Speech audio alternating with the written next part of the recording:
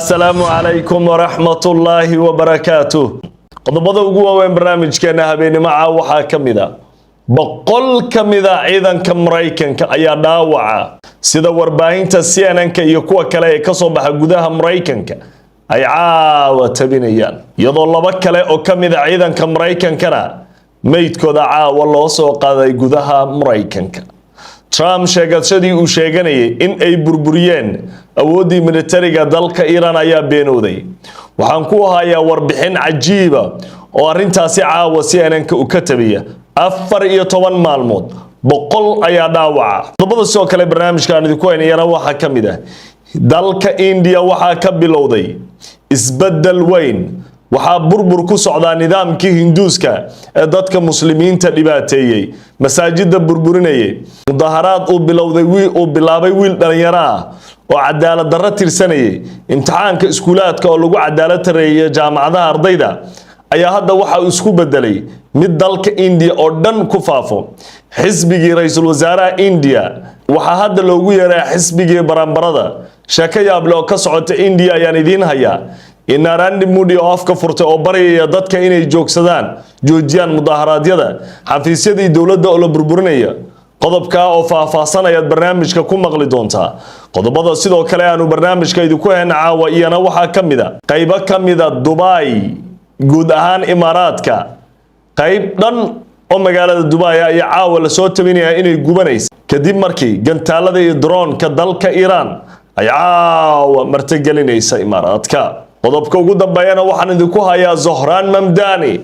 oo mar kale ku celiyay su'aal la weydiiyay inay ka go'an tahay inuu xiro Netanyahu hadii uu yimaado New York iyo hadii kale. Zohran waxa uu leeyahay ninka xabsi ayaa sugaya hadii New York cag uu soo dhigo. qodobada iyo kuwa kale ayaan caawa idinku hayaa barnaamijkeena habeenimo. CNN-ka waxa uu tabinayaa boqol kamida ciidanka Mareykanka in la dhaawacay 14 maalmood oo u dambeeyay ay socotay weerarada iyo rogaal celinta Mareykanka dagaalka ay dib uga bilaabeen gudaha dalka Iran. Iran waxa ay beegsatay Jordan, Bahrain, Kuwait iyo Imaaraadka iyo meelo kale oo khaliijka iyo dalalka Carabta kamid oo ay Jordan ku jirto. xaaladdu waa ay ku adag tahay ciidamada Mareykanka. warbixintii ugu dambeysay CNN-ka waxa ay ku sheegeen Trump in uu qarinayo maamulkiisa tirada ciidanka Mareykanka rasmiga ay laga dhaawacay iyo dhimashada. laakiin wasaaradda dagaalka Mareykanka Pentagon-ka waxa ay hadda xaqiijisay maantay in 100 askari ay dhaawac tahay. qaar uu dhaawacoodu fudud yahay qaarna halis yahay. dhimashada ayaa sii badanayso. galabta waxaa loo soo qaaday dhinaca Mareykanka 2 askari oo kamida meydadka askarta Mareykanka ee lagu dilay dalka Jordan weerarkii Iran ay ku qaaday iyadoo wali mid kale oo askarta Mareykanka kamidna lagu laayahay gudaha dalka Jordan nolol iyo geeri meel oo jaan iyo cirib dhigay. waxa sidoo kale ay Iran beegsatay saldhigyada Mareykanka uu ku leeyahay guud ahaan dalalka khaliijka. balan idin kala bixo warbixintii ugu dambeysay la yaabka lahayd oo ay CNN-ka ka diyaarisay dhibaatada gaartay ciidamada Mareykanka ee ku sugan dalalka bariga dhexe. The Pentagon says nearly 100 U.S. service members have suffered injuries, though mostly minor, in the last 14 days. That's despite President Trump insisting that Iran's military has been destroyed. New CNN reporting finds the Pentagon has been slow to disclose injuries. Officials cite security needs for those delays. A Trump administration official says a dignified transfer will take place for 4 fallen service members tomorrow. 2 have been identified. First Lieutenant Tyler Freehan and Private Isabella Gonzalez were killed by an attack in Jordan on Friday. A 3rd service member was killed in Iraq on Saturday, and remains have been recovered in the search for a 4th soldier missing in Jordan. Now, President Trump has warned that Iran will, quote, pay many times over every time it kills a U.S. service member. waayahay taasi waxay ahayd warbixintii ay CNN-ka ka diyaarisay 14 boqol askari waa dhaawac qaar kale waa ay dhinteen mid waa la laayahay. xaaladdu waxa ay maraysaa mid ku sii adkaanayso kooxda Trump maalinba maalinta ka dambayso. Iran waxa ay sii xoojinaysaa duqeynta saldhigyada Mareykanka uu ku leeyahay bariga dhexe iyadoo mar kale hanjabaad iyo fariin adag u dirtay dalalka khaliijka ee martigeliya ciidamada Mareykanka halka ku sugan. waxay Iiraan leedahay haddaad rabtaan inaad ka badbaadaan duqeynta Iiraan waa inaad iska saartaan Mareykanka ku sugan ama saldhigyada Mareykanka bariga dhexe waa in la xiraa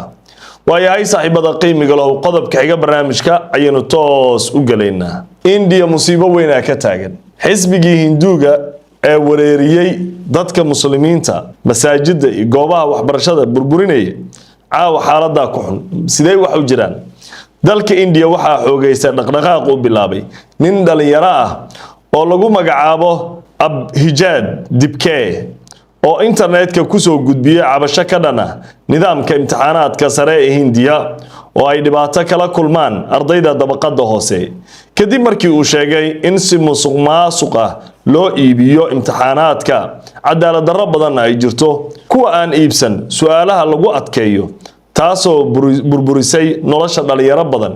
waxa uu leeyahay hadaanan awood u lahayn jawaabaha imtixaanka inaan iibsano noloshu way u adag tahay hadallada ninkan ayaa soo jiitay dhalinyaro badan oo Hindu ah oo Hindiyan ilaahay kuwaasoo ku biiray dhaqdhaqaaqa uu waday balse hadalka ka soo baxay gudoomiyaha maxkamadda sare ee Hindiya ayaa wax walba bedelay markii uu dhalinyarada reer India ku sheegay inay yihiin baraambara aruurtay oo la buufin doono isla markiiba dhalinyarada waxay u bixiyaan dhaqdhaqaaqa xisbiga baraambarada dadweynaha CJP taasoo ka dhigtay kuwa caan ah CJP ay bala bixeen dadkan ay ka saartaa la dhahay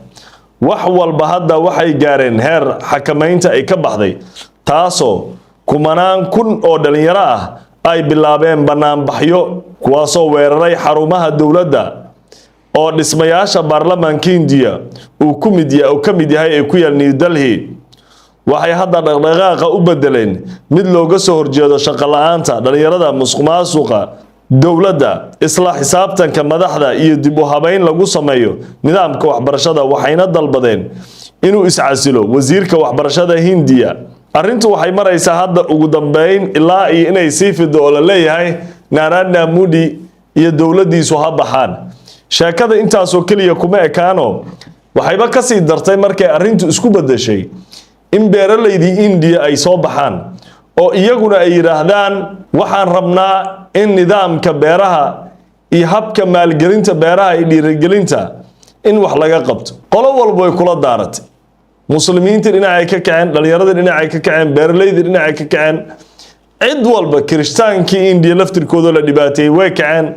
xafiisyadii dawladda la weeraraya hinduuskii kiristaankii muslimiintii wixii oo dhan qolo walba meel ay wax ka tabanaysa arrintu hadda faqiir ay noqotay faqiir iyo taajir sheekada waxay ka gudubtay hadda arrimihii diinta oo Narendra Modi kooxdiisa ay muslimiintu ku dhibaateynayeen muslim iyo hinduus gaajo ay wada haysaa hadda god iskala soo baxay oo qaylinaya oo dhahay nimankan ay iscasilaan caawa ugu dambeynaysa wasaaraha India hadlay wuxuu ballan qaaday inuu wax ka qabanayo oo uu dhalinyarada cabashadooda dhageysanayo beeraleyda dhageysanayo qolo walba dhageysanayo laakiin sheekadaas dana waaba ka sii dartayba markay arkeen ninkii inuu jilcay baraambarada xisbiga gudoomiyaha maxkamadda sare ugu yeeray dhalinyarada xisbiga baraambarada way sii kaceen baraambaray ku noqdeen guriyaha loo galay waxa leeyahay madaxdu ha baxaan meel hadda wax laga qabto ma laha de wadamadan Asiaankan waxay qatar ku yihiin haday mar mudaharaad bilaabaan ma joojiyaan ilaa iyo Nepal madaxdii guriyaha loo galay Bangladesh Sheikh Hasina maalin cad fakatay Narendra Modi lama garanay xaaladiisu waxay ku dambeyn doonto waayahay saaxiibada qiimiga leh waxaynu toos u galeynaa qodobka xiga barnaamijka Zohran Mamdani waa duqa magaalada New York oo hore u ballan qaaday inuu xirayo haddii ra'iisul wasaaraha Israa'iil Netanyahu uu yimaado New York halkaas oo la qorsheynayo shirka qaramada midoobay inuu ka dhaco Zohran wuxuu leeyahay ninka maxkamad baa raadinaya hadduu New York yimaado anigu way iga go'antaa inaan xiro waayo waxa ka taala buu yiri amar maxkamadda dambiyada dagaalka ICJ International Criminal Court ICC aan ilaahay waa la xirayaa buu yiri macnaha imaashoon baa ka xigto anigu ma difaacayo buu yiri hadduu rabo ha difaaca Donald Trump macnaha Mareykanka iyo wasaaradda arrimaha dibadda waxay leeyihiin Netanyahu anaga difaacin lama xiraayo New Yorkna waxay leedahay waa xirana Israa'iil ilaa safiirkeedii u fadhiyay qaramada midoobay oo afka furto oo uu qayliyo oo uu yiraahdo nama xiri karo ninkan isaga xirana macnaha hadda in la isku hanjabay maraysa laakiin waxa ugu yaabanayd galabta markii la weydiiyay mar kale Zohran Mamdani inuu xirayo oo ka dhabaynay ballanqaadkiisii ahaa haddii uu yimaado New York Netanyahu ma xiraysaa waxa uu si kalsooni u yiri yes waa kana ila daabo Zoran Mamdani oo mar kale ballan qaaday inuu xirayo Netanyahu haddii uu New York yimaado. I was reading your interview over the weekend and wanted to ask you more about your conversations with the your legal department about potentially arresting Israeli Prime Minister Benjamin Netanyahu. I just want to know just what your feelings are when you look at, for example, your administration also reaching out to the Prime Minister of, the Ambassador of Iran, just how you,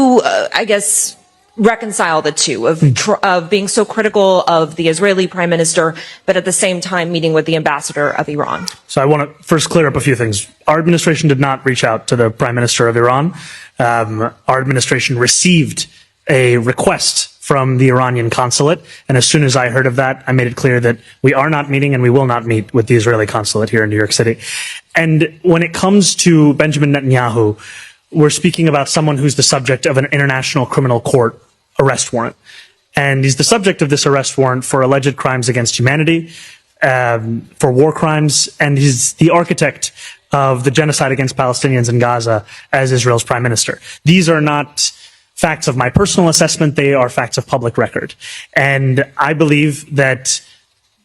when someone is charged with an international criminal court warrant, it's something that should be taken seriously, whether it's Benjamin Netanyahu or it's Vladimir Putin or whomever else. What I've also made clear is that my administration will follow all applicable local laws. That is our commitment. That is something that we will follow through on when it comes to an adherence to local law. And that's all I have to add on that. Thank you. And now we're going to go. waaye su-aasha waxaa la yiri maxiraysaan laakiin waxaa ka horeysa dood kale oo waxaa la kulantay safiirka Iran wuu diiday safaaradda Israa'iil baa ku wacday inaan la kulanto waxa uu yiri codsi ayay noo soo dirsadeen waana diidnay inaan safaaradda Israa'iil iyo safiirkeeda iyo aan la kulanno mana doonayn inaan la kulanno uu yiri waxa la weydiiyay maxiraysaan wuxuu yiri ninkan waxa raadinaysa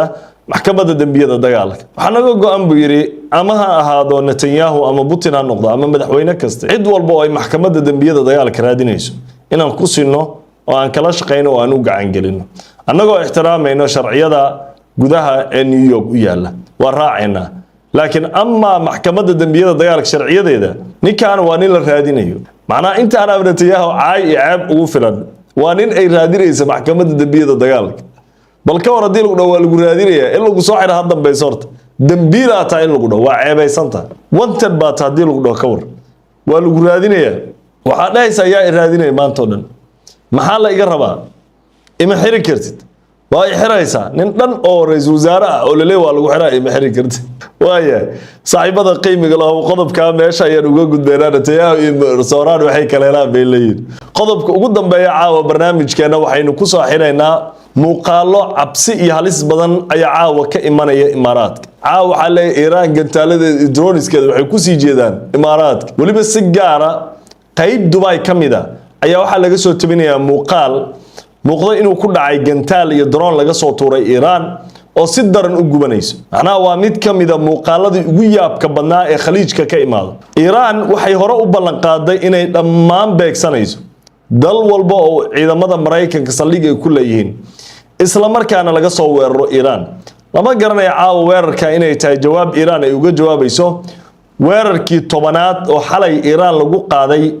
oo ay Mareykan ku qaadeen habeenkii 10aad ay xalay ahayd caawa hadii Mareykanka mar kale ay weeraraan Iran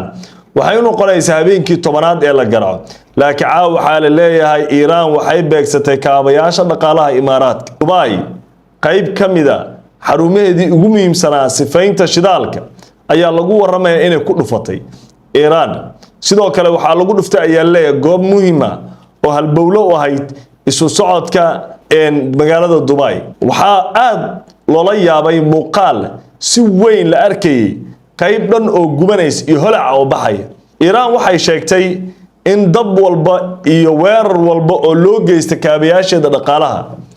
ay saameyn doonto oo ay dareemi doonaan dalalka khaliijka oo dhan waxay Iran leedahay dalkii raba inuu badbaadiyo cid rabta inay badbaado waa in Mareykanka saldhigyadiisa ay xiraan nimankan carabta marka wareer baa haysto Iran waxay leedahay xira saldhigyadiina oo Mareykanka ka saara dalkiina hadii aad rabtaan inaad daba gashaan oo aad ka badbaadaan in gantaalada iyo duqeynta iiraaniyiinta. iiraan waxaa la beegsanayaa oo la burburinayaa kaabayaasheeda dhaqaalaha, buddooyinkeedii, xarumaha ciidanka. waxa uu maraykanka ku celcelinayaa inuu burburiyey xarumihii ciidanka iiraan ay kala soconayeen navigationka ama jihaynta maraakiibta isticmaala Hormuz. laakiin mar kale shalay ayaa ugu dambeysay markabkii ugu dambeeyay iiraan ay dib uga celisay oo ay garacday Hormuz, taasoo macnaheedu ay tahay weli iiraan inay kontroosho oo ay gacanta ku hayso Hormuz, awoodda xakamayntana ay tahay mid ay iiraan xukunto. waayahay walaalaha qiimiga lahow, caawa oo ah habeenkii 11aad